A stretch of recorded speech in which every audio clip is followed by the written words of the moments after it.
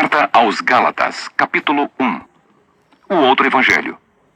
Estou muito admirado com vocês, pois estão abandonando tão depressa aquele que os chamou por meio da graça de Cristo e estão aceitando outro evangelho. Na verdade, não existe outro evangelho, porém eu falo assim porque há algumas pessoas que estão perturbando vocês, querendo mudar o evangelho de Cristo. Mas se alguém, mesmo que sejamos nós, ou um anjo do céu, anunciar a vocês um evangelho diferente daquele que temos anunciado, que seja amaldiçoado. Pois já dissemos antes e repetimos, se alguém anunciar um evangelho diferente daquele que vocês aceitaram, que essa pessoa seja amaldiçoada. Atos dos Apóstolos, capítulo 13. A primeira viagem missionária de Paulo. Barnabé e Saulo começam o seu trabalho. Na igreja de Antioquia havia os seguintes profetas e mestres: Barnabé, Simeão, chamado o Negro, Lúcio, de Cirene, Manaém, que havia sido criado junto com o governador Herodes, e Saulo. Certa vez, quando eles estavam adorando o Senhor e jejuando, o Espírito Santo disse: separem para mim Barnabé e Saulo, a fim de fazerem o trabalho para o qual eu os tenho chamado.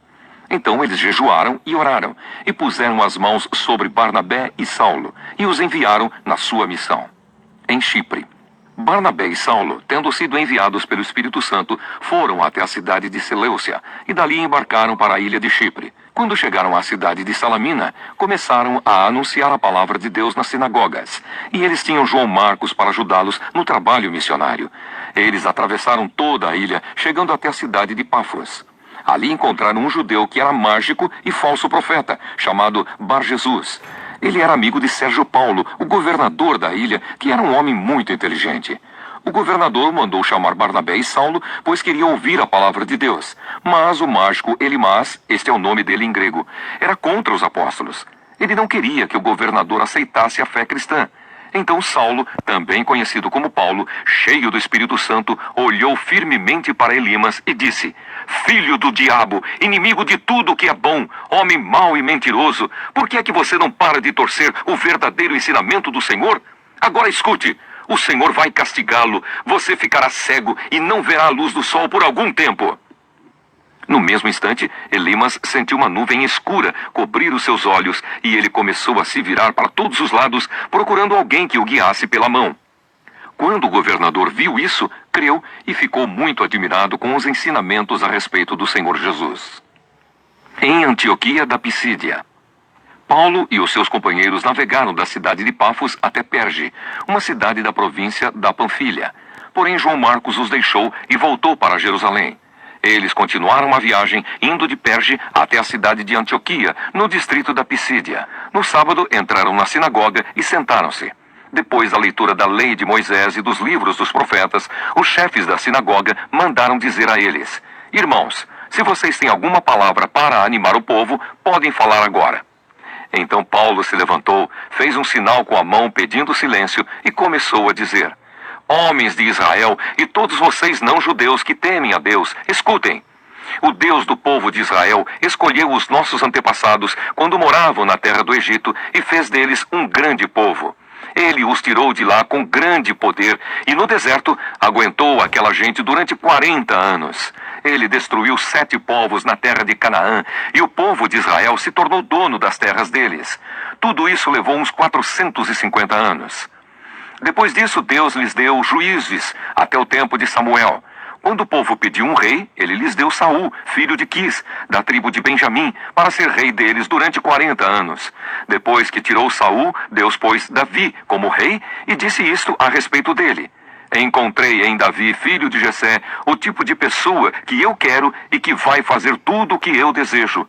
Um dos descendentes de Davi foi Jesus, a quem Deus pôs como Salvador de Israel, como havia prometido. Antes da vinda de Jesus, João Batista anunciou a sua mensagem a todo o povo de Israel, dizendo que eles deviam se arrepender e ser batizados. Mas, quando João estava terminando a sua missão, disse ao povo: quem é que vocês pensam que eu sou? Eu não sou aquele que vocês estão esperando, mas escutem, ele vem depois de mim, porém eu não mereço a honra de tirar as sandálias dos pés dele.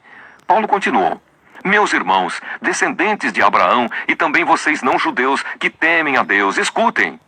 Essa mensagem de salvação foi mandada para todos nós. De fato, os moradores de Jerusalém e os seus líderes não entenderam que Jesus é o Salvador.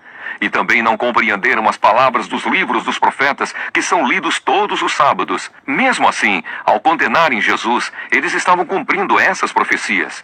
E embora não encontrassem nenhuma razão para condená-lo à morte, pediram a Pilatos que mandasse matá-lo. Depois de fazerem tudo o que as Escrituras Sagradas falam a respeito dele, eles o tiraram da cruz e o puseram num túmulo. Mas Deus o ressuscitou e durante muitos dias ele apareceu às pessoas que o tinham acompanhado da Galileia até Jerusalém.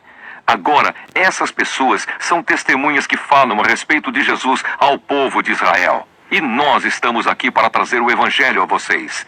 Deus fez agora para nós o que havia prometido aos nossos antepassados. Ele ressuscitou Jesus, como está escrito no Salmo número 2. Você é o meu filho, hoje eu me tornei o seu pai. E foi isto o que Deus disse a respeito da ressurreição de Jesus, afirmando que ele nunca seria destruído pela morte. Eu vou dar a vocês as bênçãos sagradas e certas que prometi a Davi. E em outra parte das Escrituras, lemos também: Tu não deixarás que o teu dedicado servo apodreça na sepultura. E Paulo disse ainda: Na verdade, Davi, no seu tempo, cumpriu os planos de Deus. Depois morreu, foi sepultado ao lado dos seus antepassados e apodreceu na sepultura. Mas isso não aconteceu com aquele que Deus ressuscitou. Meus irmãos, todos vocês precisam saber com certeza que é por meio de Jesus que a mensagem do perdão de pecados é anunciada a vocês. Precisam saber também que quem crê é libertado de todos os pecados, dos quais a lei de Moisés não pode livrar. Portanto, tenham cuidado para que não aconteça o que os profetas disseram. Prestem atenção, vocês que zombam de Deus, fiquem espantados e morram. Pois o que vou fazer agora é uma coisa em que vocês não acreditariam, mesmo que alguém explicasse. Quando Paulo e Barnabé estavam saindo da reunião, as pessoas pediram com insistência que eles voltassem no sábado seguinte, a fim de falarem sobre o mesmo assunto.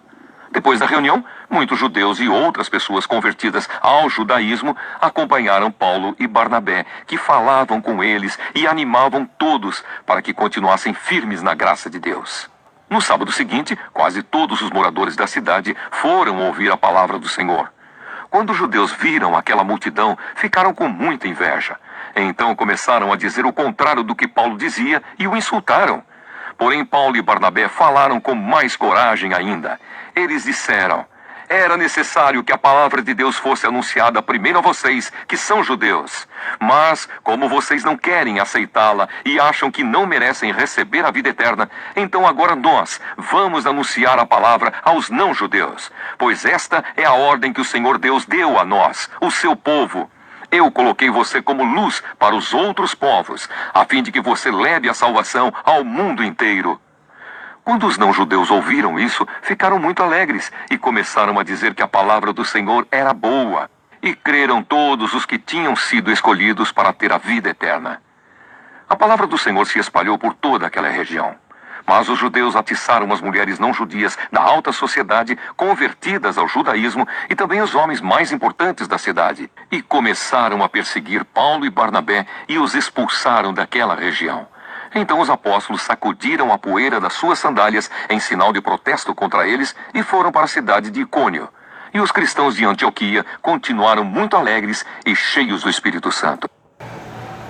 Resumindo e explicando, começa uma nova etapa na história da igreja, a difusão do evangelho em ambiente pagão.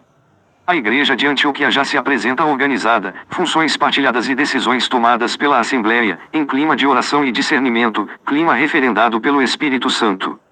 A missão não nasce por iniciativa de indivíduos, mas a partir de uma comunidade cheia de vida, que escolhe e designa indivíduos para a missão. A magia é um artifício que o homem usa para manipular espiritualmente a realidade.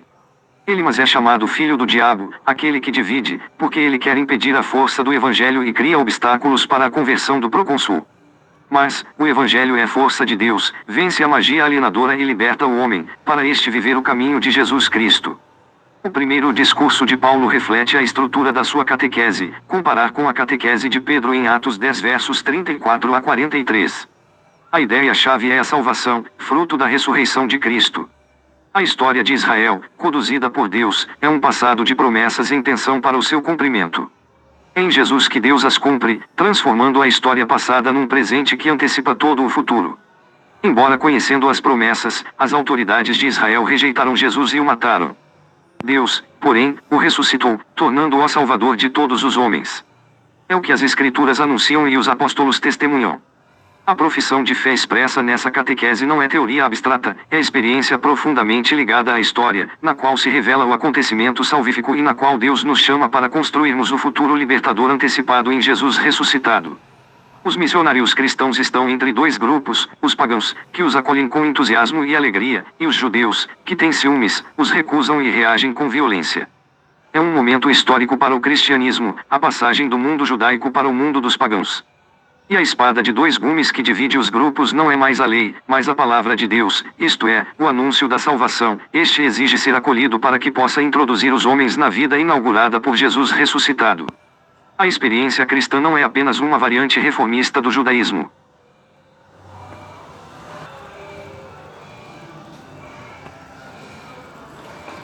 Segunda carta aos Tessalonicenses, capítulo 3. Trabalhar e fazer o bem. Irmãos, em nome do nosso Senhor Jesus Cristo, ordenamos a vocês que se afastem de todos os irmãos que vivem sem trabalhar e que não seguem os ensinamentos que demos a eles. Vocês sabem muito bem que devem seguir o nosso exemplo, pois não temos vivido entre vocês sem trabalhar. Não temos recebido nada de ninguém sem pagar. Na verdade, trabalhamos e nos cansamos. Trabalhamos sem parar dia e noite, a fim de não sermos um peso para nenhum de vocês. É claro que temos o direito de receber sustento, mas não temos pedido nada a fim de que vocês seguissem o nosso exemplo. Porque quando estávamos aí, demos esta regra: quem não quer trabalhar, que não coma. Estamos afirmando isso porque ouvimos dizer que há entre vocês algumas pessoas que vivem como os preguiçosos, não fazem nada e se metem na vida dos outros. Em nome do Senhor Jesus Cristo, ordenamos com insistência a essas pessoas que vivam de um modo correto e trabalhem para se sustentar. Mas vocês, irmãos, não se cansem de fazer o bem. Se alguém não quiser obedecer ao que estamos mandando nesta carta, vejam bem quem está fazendo isso e se afastem dele para que fique envergonhado. No entanto, não o tratem como inimigo, mas o aconselhem como se aconselha um irmão.